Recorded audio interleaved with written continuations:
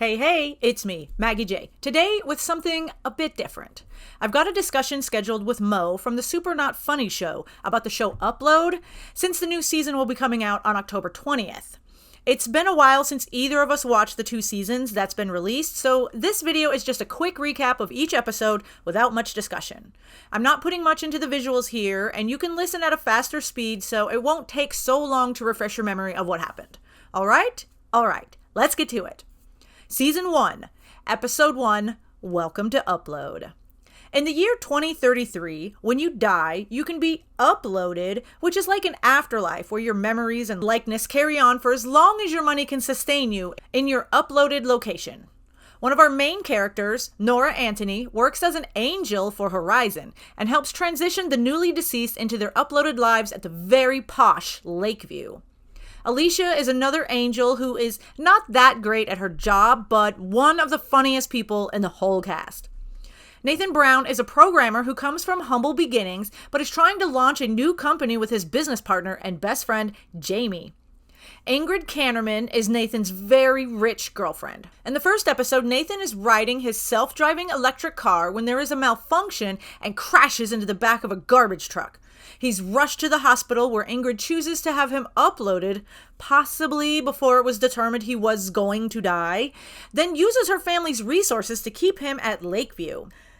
The upload process involves removing one's head from their body with an incinerating laser, so there's no going back. But if you pay enough, they will keep your body frozen, so in case they figure out how to reverse the process, people can potentially be downloaded back into their bodies. Nora gets the task of uploading Nathan and realizes some of his memory files are corrupted, which is weird, so she saves the wonky files to another folder on her computer and goes through the usual process of acclimating him to his afterlife. In the uploaded realm, everything is customizable. What you see in the fridge can be anything you're craving. You can choose what the weather is like. Your clothes can be whatever style you're into, as long as you have the credits to pay for it. Lakeview is definitely upper crust, so they expect most uploads have the cash to pay for their desires. Because Nathan is on Ingrid's dime, whenever he wants something, she gets a notification and can decide whether or not to let him charge it.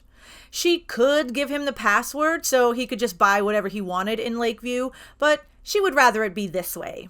She's controlling like that, and no longer has to hide it because he can't leave her now.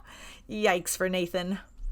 Luke is another upload Nathan meets at Lakeview. He's a veteran of the Iraq War and is not very bright, but shows Nathan some hacks he's learned about navigating the uploaded world. Luke has had a hard time adjusting to the change and tells Nathan about the torrent, which is a physical data link back to the real world, but if an upload gets too close to it, they get vaporized. People who aren't acclimating to the uploaded world are drawn to it, so it's up to the angels to make sure the uploads learn how to cope, or they'll get written up, like Alicia does. Nathan's whole first day is unnerving and doesn't make much sense, so an agitated Nathan goes for a walk. It's unclear if Nathan is heading towards the torrent because he was told about it, or whether he's being drawn there naturally, but for whatever reason, he's on his way there, so his angel Nora appears and talks him through his crisis of self and convinces him Lakeview is better than where he could be, which is dead. There's a red-headed guy that is simply known as the AI guy, and he is everywhere you might need help, since he can split himself into many versions. He seems to mostly annoy the residents, but he never stops smiling and opening the doors for them. As the episode ends, we see someone is remotely accessing Nora's station and deleting Nathan's files that she set aside. Sinister. Episode 2, 5 stars. Nora is having a hookup session with a guy named Byron she met through the Nightly app. Think Tinder, but with a rating system? Once they're done, he insists she give him a 5-star rating, but after he leaves, he only gives her 4 stars, so she is pissed. Because of the torrent incident the day before, Nathan must go to pet therapy, which sounds pretty cool. Luke hands him this big old golden retriever dog that Nathan cuddles with on a couch, but then the dog starts talking because he's a therapy dog and gives him an assignment to talk to 5 other uploads And maybe he'll make a friend that will make him feel like Lakeview is worth sticking around. Back at Horizon, Nora is talking with her boss about her father's potential upload. He has vape lung, so she's trying to ensure he can upload to Lakeview, but they don't have much money, so she has applied for a loan and needs her boss's approval. The boss, Lucy, is a micromanaging asshole who nobody likes, and she proves why she doesn't deserve any friends in every single scene that she's in. Nora needs a 4.6 employee rating, but since she only has a 4.598 rating, and her father is known to not be a fan of the concept of uploading, Lucy tells her she needs to get at least a 4.8 before she will approve. This puts Nora in a smood for the rest of the day. One of the people Nathan meets is his across-the-hall neighbor, David Choke, one of the richest people in either the upload world or the real world, whose bio is eerily similar to one of the Koch brothers. While talking with him, Nathan realizes he can describe the program he was working on before he died, but can't remember its name. Nathan explains the app would allow anyone to create their own upload files and share them for free, which is basically what Horizon does while earning $600 billion a year for it. David assumes Nathan was murdered because of this, and now that he brings it up, that would be a really good reason to bump him off. They do keep mentioning how the self-driving car system is infallible, so... Meanwhile, a woman named Fran Booth, who says she has been hired by Nathan's family to investigate the car crash that shouldn't have been able to happen, and it's obvious someone has hacked or tweaked the car's brain because it has no video of the crash and doesn't detect that it's been damaged at all, despite Fran sitting in a completely demolished car in a junkyard. Throughout the day, Nora is on the hunt for 5-star ratings, but winds up getting a few 3 stars, which brings her score down even further, so she's a bit short on patience when Nathan calls on her several times. Once he finds out he can give 5-star ratings, he calls her one more time and gives her 5 stars over and over, which lifts up her mood. She opens up to him about what's on her mind, including why she needs the 5-star rating so much and how worried she is to lose her dad since she already lost her mom kind of suddenly a while back. Basically, she's afraid of being alone. Later, we see Nathan's list of 5 people he met, which consists of a young boy, a guy who condescendingly told him he must be new here, the David Choke guy, and some other people he kind of just passed by and decided he didn't like, but he added a 6th person to the list, a nice angel. And I guess that was the one person he met that would make his whole existence worthwhile. When she goes home that night, Nora attaches her ring drive to her laptop. It's literally a ring she wears that can store information, and tries to go through Nathan's corrupted files. Does this count as bringing Nathan home with her? Ooh. This memory she's watching is just after Nathan and Jamie give a presentation that they think they've blown, when a guy named Josh Pitzer comes rushing out of the office and asks if anyone else knows about this idea.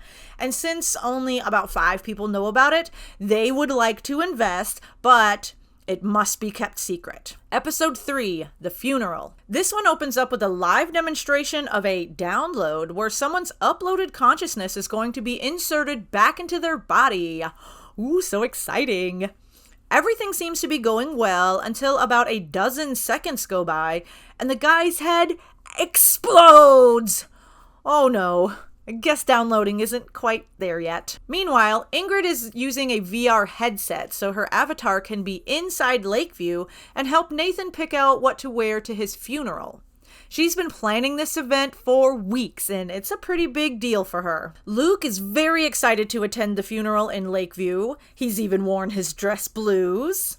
He and Nathan go into this little chapel on site, and Ingrid's grandmother Mildred is also there. Her avatar is in black and white because they used an old photo of her. She doesn't seem to mind though, and neither does Luke. In the non-upload world, Nathan's funeral is being broadcast to several locations. I guess so everyone who knows him can attend without traveling to the actual event in LA. Nora decides to go to the New York City one and meet several of Nathan's old girlfriends. They have nothing but good things to say about him, which is basically what everyone has to say about Nathan. Despite him knowing he was good-looking and smart and useful in many situations, it doesn't seem like he was that arrogant or haughty about it. It was just a fact that Nathan was a decent guy and people liked him. Seems weird he'd be with a woman like Ingrid who is so unlikable and annoyed by everything that happens to her. While talking with his mother, Nathan learns she didn't get much money from the payout of his shares of the business with Jamie, which puzzles him, so he'll have to investigate that later, since Jamie himself has been MIA since the accident and seems to not be returning anyone's calls. Fran confronts Ingrid, asking why she chose to upload Nathan when the hospital report doesn't indicate he was that close to death. Was Ingrid looking for a payout, or did she have another reason for so quickly choosing to upload Nathan, basically killing him? Suddenly, it's time for the speech portion of the funeral. Ingrid goes first, to escape Fran's inquisition, I'm sure, but all she talks about is how tragic it is for the download to go as terribly as it did. Nathan would like someone to say something good about him, but it appears all his actual friends either didn't show up or left early to go to the Rams game. He opens a window to the New York location, the one where his exes are, and notices Nora is there. He doesn't call her by name, but he definitely notices her. Ingrid is upset that Nathan isn't appreciating the funeral she put together for him, but he tells her he didn't get to choose any of the details, and there's not even anyone here that cares about him, aside from the 3 members of his family. So they start to bicker about how much it's costing for all this. He tells her to delete him if it's such a hassle, and she pulls up the screen to do so, and says his friend Derek invited her back to his place after this. Which is, wow. She's literally got Nathan's existence, or non-existence, at the tip of her fingers, and doesn't mind showing him how quickly it could all be over, because he's not falling all over himself to thank and adore her. When faced with the delete screen, he agrees he should be more grateful, and she dismisses the prompt, but now we all know what she's capable of when she's upset, and it's not pretty. Fran approaches Nathan and asks some questions about his car crash.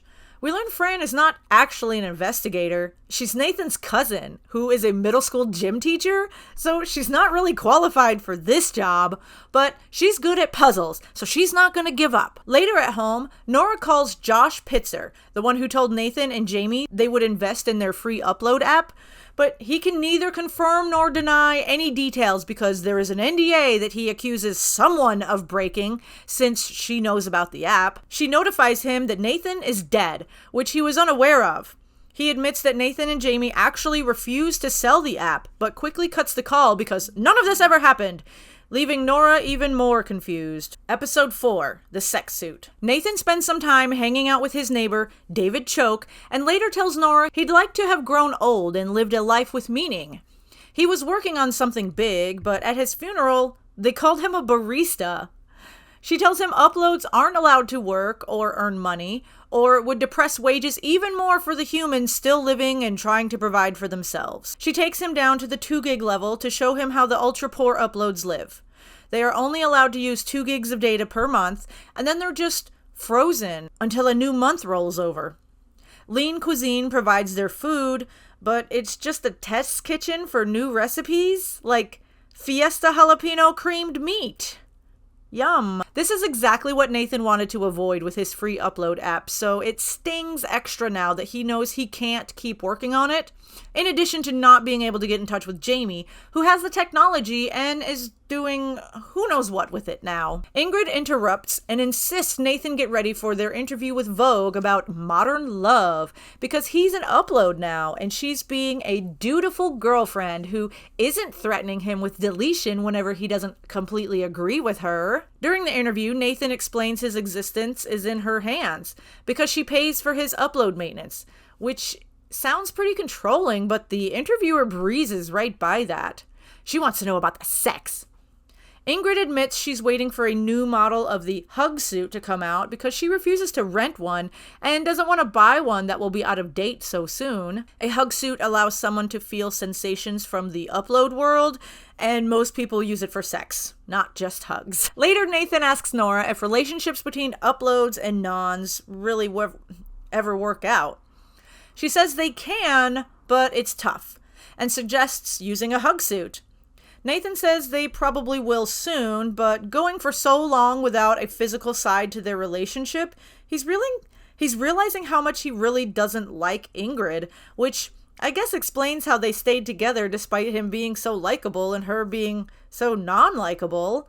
It was the sex. Speaking of, Ingrid shows up that night using a hug suit so they can get back to the best part of their relationship. Unfortunately, because he's not really that into her anymore, his parts aren't being so cooperative, so she calls in tech support, and wouldn't you know, Nora's got to give him a once-over to make sure he's all right. And ta-da! Nora's touch seems to do the trick, and now he's ready to carry on with Ingrid. She tells Alicia about all this over lunch, and she tells Nora to get back on Nightly so she can work on getting over this guy who already has a girlfriend. Fran is still on the case, this time at a store Nathan stopped at before his car malfunctioned. She insists on seeing the manager and asking for the security tapes from that night.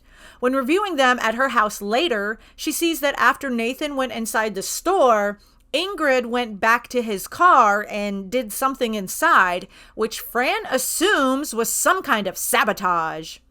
Sadly for Nora, getting back on Nightly brings her right back together with Byron, the guy who gave her 4 stars last time, and they both claim the other tricked them. But that doesn't really slow them down. Nora needs some relief, and he will do, so she imagines she's with Nathan and then rates Byron 4 stars after, for payback. Episode 5, The Gray Market.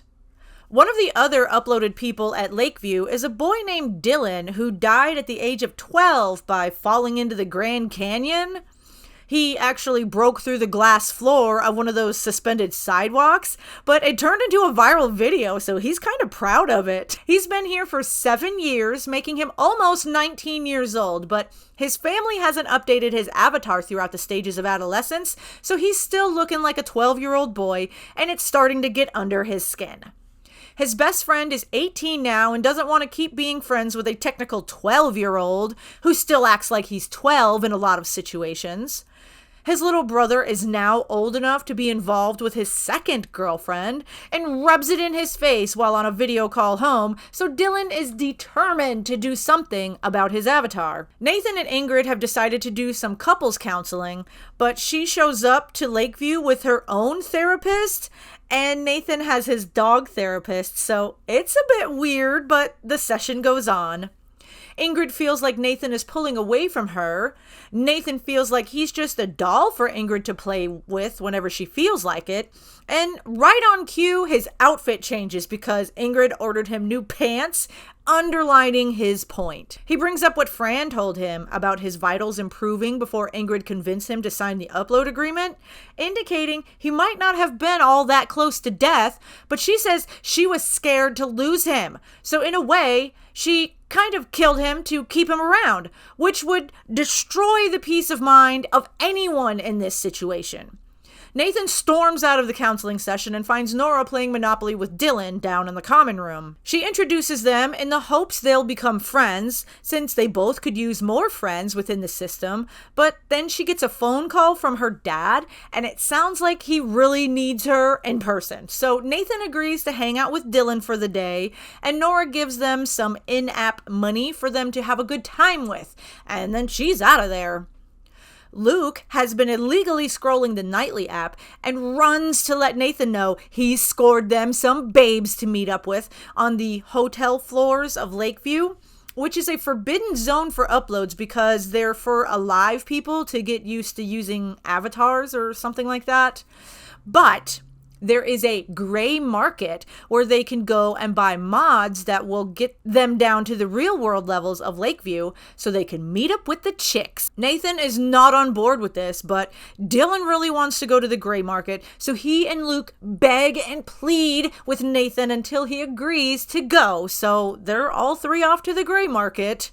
It's gonna be a day. Getting to the gray market involves finding the right spot in the hedges that will let them leave the Lakeview property. The AI guy tries to stop them, but he can't use force or anything, so he just yells at them while they leave, saying he could pull them back at any time. He just doesn't want to. As they walk towards the gray area beyond the hedges, Think of it as out of bounds for those of you familiar with sandbox games. They see a building in the distance and a timer appears over their heads. They only have 1 hour that they can spend off campus, if you will, and they want to make the most of it.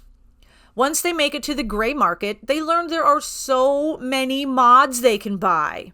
Lakeview elevator hacks, which is what Luke is looking for, but also bad smells, celebrity memories, virtual girlfriends, stolen data, live feed access to human wristwatch cams. Nathan becomes very interested in that and wants to see what his buddy Jamie is up to. While he's watching Jamie answer questions about the app that they were building, Luke joins him and they realize Dylan has disappeared. They've only got 12 minutes left on their counter, so the search is on. Nora finds her father at a hospital and again tries to convince him to upload. He's got a good argument against it, though. Her mother had an illness that racked up a lot of hospital debt that prevented him from being able to pay for Nora to go to college, hence why she's working at Horizon. Plus, if he uploads, he takes away the chance of him going to whatever afterlife it is that his wife went to.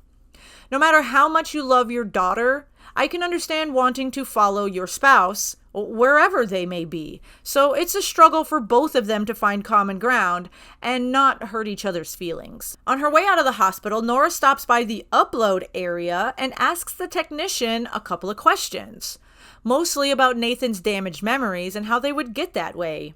He assures her the machine could not damage the memories. It's always the designer of the avatars, which would be her in this case, but we saw she did nothing. They came to her in that state.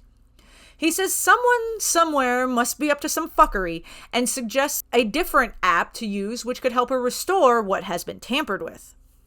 Back at the gray market, they're down to single-digit minutes when they find Dylan at a tattoo booth getting a puberty power-up that's supposed to make sure Dylan's avatar is more mature the next time he wakes from sleeping. They rush out of the market and back to Lakeview, literally running because they're so low on time, and they have to carry Dylan for the last few yards because his legs aren't as long as theirs. But, whew, they made it just in time. And now it's nap time for Dylan, and time for Nathan and Luke to use their elevator passes to get down to the right level to meet up with their dates. But Luke winds up being the only one using his pass because Nathan is, somewhere else. He never shows up. Nora uses her new app to decipher Nathan's corrupted memories, realizing what she saved on her computer station is not what's there now, but she backed all this up onto her Ring drive so the files aren't lost, but she's even more curious about what is happening. When Dylan wakes up, he can tell things have changed for him, so he's off to the pool to strut his grown-up goods. Unfortunately, his puberty power-up was for a female, so he's been walking around shirtless, showing his grown-up breasts to everybody. I don't know how he didn't figure this out himself before the AI guy wrapped a towel around him, but okay. Nora and Alicia blame Nathan, and then Alicia goes to give Luke what for. And he quickly learns his date thinks hooking up with an upload makes her violently ill. And that Nathan's date is actually a dude using a female avatar. So, yeah, not a great ending for anyone. Nora works on returning Dylan's avatar to its previous state, and Dylan works through his thoughts and emotions from being a female for a little bit. He definitely has a new outlook on how he was treating women before, and even on how Luke is treating women currently. Nathan is still by his side, supporting Dylan through this weird transitional period. Fran calls Josh Pitzer, confirming their meeting and that he will see her in 2 minutes. But then the car turns on the blackout mode and drives her right off a pier into the ocean. Episode 6. Sleepover. Nathan's niece Nevaeh shows up in Lakeview because she's bored at school and is using her VR headset to visit her uncle. I've not mentioned Nevaeh before because she's only been in 2 scenes before this episode, but I'll tell you right now, she has been a continuous source of happiness for Nathan, and she's totally awesome. She lets Nathan know that Fran is kind of missing, We know that she was driven off a pier recently, so it's understandable that her family doesn't know where she is, but Nevaeh doesn't seem all that concerned. The more pressing issue here is that Ingrid offered to take Nevaeh on a sleepover to her family's house, and she's wondering if she should accept. Nathan tells her yes, and then calls Nora in to meet her. Nora is surprised to see a kid here and asks who she is. Nathan's explanation is interrupted by Alicia telling Nora there's a staff meeting right now, but then she notices Nevaeh and asks if that's what Nora and Nathan's kid would look like. Yeah, probably. But the angels gotta get going. Nevaeh says Nora looks like fun. She'd rather have a sleepover with her, and asks if she's using any filters to make her so pretty.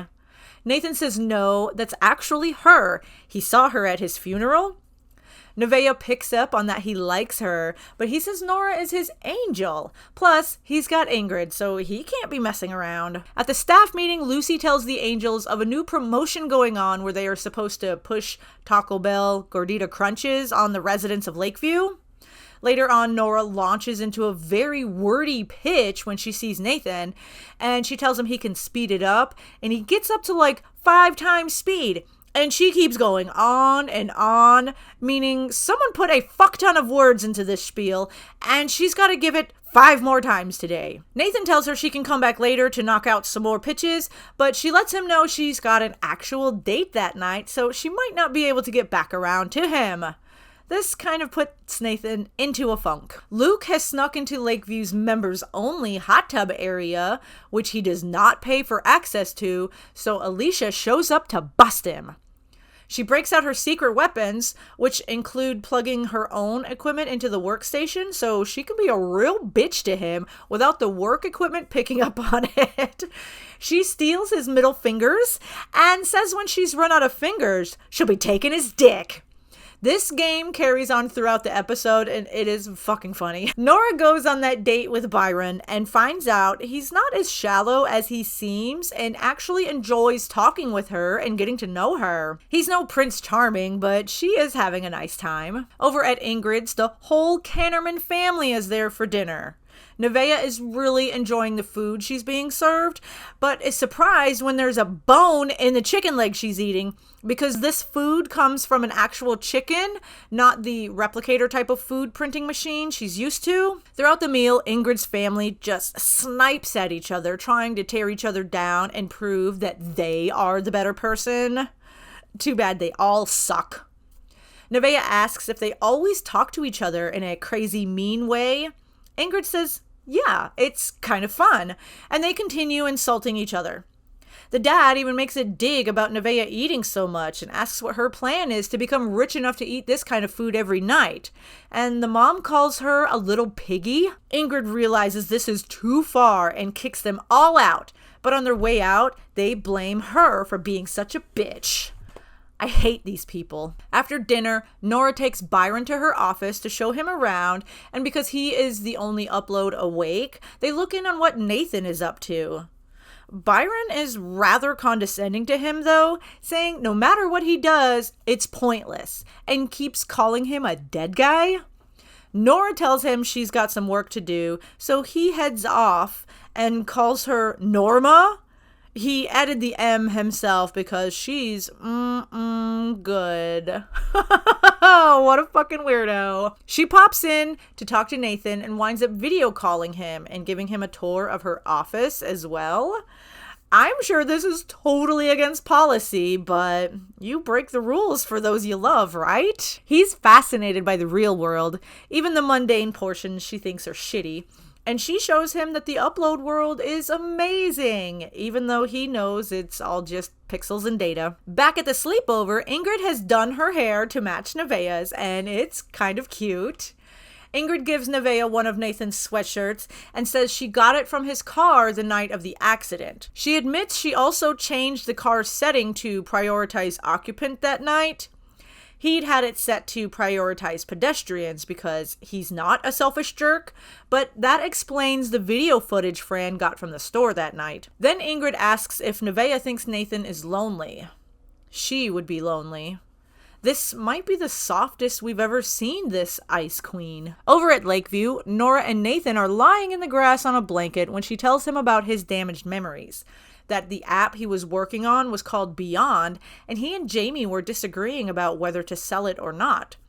Someone deleted those files from her work computer, but she had them on a different drive, so she still has them, and thinks something more sinister might have happened to him instead of a simple car accident. He tells her Choke also thinks he was killed over his work. Self-driving cars don't crash, right? They both agree something isn't feeling right. Except the feelings growing between them. Eventually, she falls asleep at her desk, so her avatar is still there on the blanket, sleeping next to Nathan when her boss comes into the office in the morning. Uh-oh. Episode 7. Bring Your Dad to Work Day. It's dressing down time. Alicia has lost the entire file for a guy named Mr. Caputo, and Nora has been warned that she will lose an entire point off of her angel rating if she keeps on keeping on with Nathan. She's worked up to the rating Lucy said she needed to get the sign-off on her form for her father's upload, so she promises this won't happen again. But as soon as she tells Nathan that she got into trouble because she fell asleep at her desk and can't let this happen again, he says they could just set an alarm so she doesn't get caught. Oh, you too! Nathan says he's going to have to tell Ingrid that his feelings have changed and risk her deleting him. Speaking of Ingrid, she is attending a support meeting for the loved ones of the uploaded. She admits she kissed Jamie one night a while ago. Oh, and also gave him a handy. But she and Nathan had a fight that night, so understandable, right? She asked the group if she should put Nathan's account on hold, like maybe 6 days a week or so, or maybe she should marry him. This chick needs some serious help. Nora shows Nathan her rating and tells him her father is coming by to take a tour today. She wants him to help her sell the experience, so maybe her father will agree to be uploaded when the time comes. Meeting the parent already, Nathan? Good luck. Breaking news. Josh Pitzer and a bunch of other venture capitalist dudes were found with their heads cut off, upload style, but apparently whoever did this used a non-upload laser, so they're just regular old dead, not ready for upload. Nora talks to Nathan about Josh, a would-be investor in his Beyond app, and asks for permission to search through his memories some more and try to figure out what happened. He, of course, agrees, but then her father shows up in Lakeview and is immediately overwhelmed and freaks out. Nora is there to greet him the second time he comes in, but she quickly leaves him with Nathan because she's got memories to sort through. And her job of being an angel to those dozens of other people she's supposed to be taking care of. Oh, the dad's name is Dave, by the way. He and Nathan see Luke and Mildred Canterman sharing a meal in the dining room. Dave thinks someone being over 100 years old is unnatural, but Nathan is able to spin it and say it's kind of a miracle that someone of her age and someone of Luke's age are able to meet and become friends in a place like this. Then David Choke yells out that he's eating black rhino steak for lunch.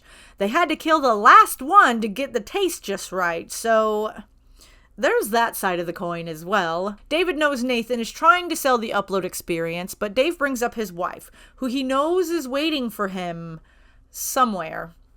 Nathan admits there's nothing he could say to overcome that. Nothing in Lakeview is comparable to true love, which is an absolutely beautiful sentiment. But it kind of breaks Nora's heart because she's been watching them this whole time. When Lucy steps out for lunch, Nora sneaks into her office to dig through her computer. She finds a message from someone called Ludlife saying they have proof someone is selling upload memories on the black market, and if they go public, your reputation will be damaged. Kind of feels like Lucy must be involved, or why would this proof ruin her reputation? Lucy is middle management at best. Surely someone higher up the chain would be more worried about damage to Horizon's reputation, if it pertained to that. But whatever. Nora searches up Nathan Brown and finds a mysterious unnamed user with only an employee number has access to his account. An employee search turns up nothing, so she writes down the number and gets out of the office right before Lucy returns from lunch. Nathan takes Dave to a place we've not seen before, the memory parlor, where any memory, no matter how scant, can be recalled and played on a screen. Dave wants to see a memory of Nathan's father, which makes Nathan uncomfortable because the most recent memory takes place when Nathan was maybe 4 or 5. It looks like a happy memory, but it's the last one, making one think the father must be dead, but Nathan says he's not. His dad is just a deadbeat. Nathan rushes out of there and Dave follows behind. They decide to go for a horseback ride. Dave seems to be warming up to Nathan nicely, saying he's got depth that he wasn't expecting. But then there is an explosion at the Horizon building, requiring the building to be evacuated and causing visual issues inside of Lakeview. The crisis doesn't last that long, though, and it's never explained to anyone what happened or who blew up the server room. Nora finally joins them again, and both men show their appreciation for each other's perspective. Seems like Nathan made a good impression on someone's father, for once, and Dave gave Nathan much to think about as an upload.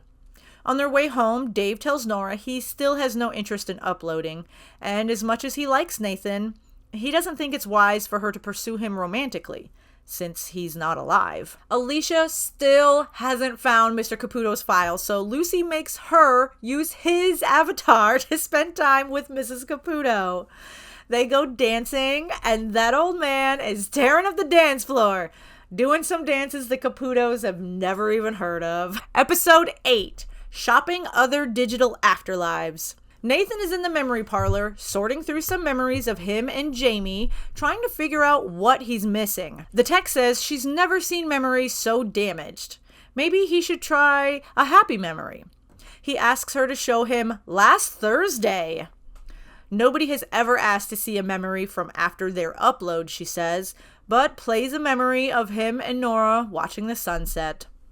The tech tells Nathan he's got a lot of memories devoted to the angel he's not supposed to know the name of, which causes Nora to get called into Lucy's office again, so she is put on probation, which sounds a lot more like suspension. She's not allowed to access her avatar, she can't use her headset or workstation, so she goes home for the time being. Unfortunately for both of them, Lucy has taken over as his angel and is using Nora's avatar. So when Nathan decides to finally confess how he feels about Nora, Lucy is pretty good at shutting him down, explaining away his feelings by saying she's just really good at customer service, and these things happen. Feeling embarrassed, Nathan calls his mom and asks her to find a different place for him to be uploaded to, one they could afford, so he could also get away from Ingrid. Despite her disciplinary actions, Nora is still trying to piece together Nathan's memories and contacts someone she knows at the phone company to get info about Josh Pitzer's last few phone calls. She's interrupted by some creep stealing plants from her vegetable garden that hangs outside of her window. It looks like an old shoe holder converted into a garden. Pretty sweet, actually. But she uses a mop to beat the guy until he falls down and runs away. The AI guy helps Nathan leave Lakeview. His data is collected onto a hard drive so his mother can physically take him to different locations. Alicia sees the notice of him leaving the system on Nora's station and calls to let her know. Nora thinks that there's people out there trying to kill Nathan or have already killed him and want to make sure he never recovers his memories, so she's going to go to LA to find his data and make sure he'll be all right. Air travel must be a breeze in this realm, because it only takes half hour to get from New York to LA. The first place she goes is to Ingrid's, assuming she is who would have Nathan's data. Ingrid is unaware that Nathan has left Lakeview, though, so she calls his mother. While Ingrid is on the phone, yelling at Nathan's mother, Nora finds a box with Nathan's name on it and steals a t-shirt out of it. Ingrid's car drives her and Nora to where Nathan is, checking out discount upload locations, which all seem pretty shitty in their own ways. Ingrid tries to convince Nathan to go back to Lakeview. There's nowhere better. She'll upload there one day, and then the girl he loves will be at Lakeview. He agrees, but we can see he's looking at Nora when he agrees to go back. Ingrid and Nathan's mother argue over who should carry his drive back to Lakeview. Nora gets in between them and says Ingrid should carry him since she's the account holder. But she gives her one of the damaged hard drives that's on the desk and puts the right one into her own bag. Good thing, too, because once they're all outside, some weirdo snatches the drive that Ingrid is carrying and tosses it into a fountain. Nora lets the mother know she's got the good drive while Ingrid crawls around inside the fountain, apologizing to the broken one. Nathan's data is safely returned to Lakeview, and eventually Nora shows up to give him a huge hug. I don't know how she got to use her work avatar at home, but whatever. They're enjoying their time together while she's chilling out at her place, wearing Nathan's stolen t-shirt. I wonder what happened to her roommate. We haven't seen her since, episode 3. Episode 9, Update Eve. Nora and her friend from the phone company are walking by a storefront called Freond, a brand new upload server that's dirt cheap for maintenance. There's only enough space for 10 million people here, so people are lined up around the block at hundreds of different locations for the chance to be one of the 10 million. Nora mentioned she knows a guy who was working on the same idea, but it didn't pan out for him.